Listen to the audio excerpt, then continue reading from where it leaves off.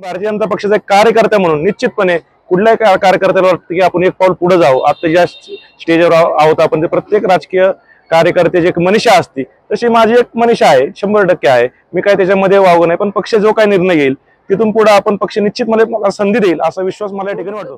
चंद्रकांत दादा पाटील आमचे नेते आहेत, महाराष्ट्रातले भारतीय जनता पक्षाचे ते ज्येष्ठ नेते आहेत।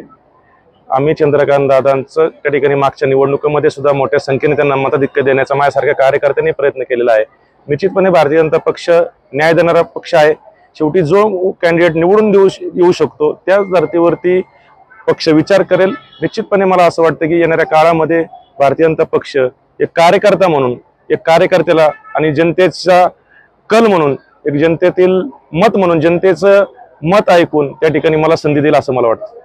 खरं तर शक्ती प्रदर्शन करण्याची माझ्यासारख्या कार्यकर्त्याला गरज नाही। माझी शक्ती भारतीय जनता पक्षाला माहिती आहे, कोथरूड मतदारसंघातील जनतेला माहित आहे। त्यामुळे शक्ती प्रदर्शन मुळीच म्हणू शकत नाही। असे कार्यक्रम मी मागील अनेक वर्षांपासून करतो आहे, पण एक कार्यकर्ता म्हणून निश्चितपणे भारतीय जनता पक्षाचा मी इच्छुक उमेदवार आहे।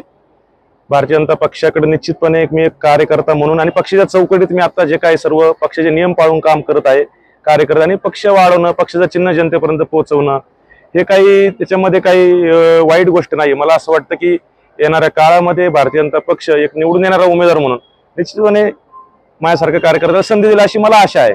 संधी दिली नाही तर त्यावेळेचा निर्णय भारतीय जनता पक्षाची भूमिका पाहून घेतला जाईल। आता हे बोलणं योग्य नाहीये।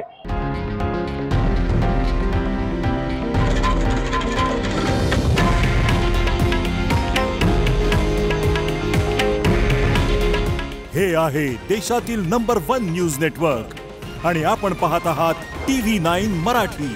काळजी तुमची, हित महाराष्ट्राचं।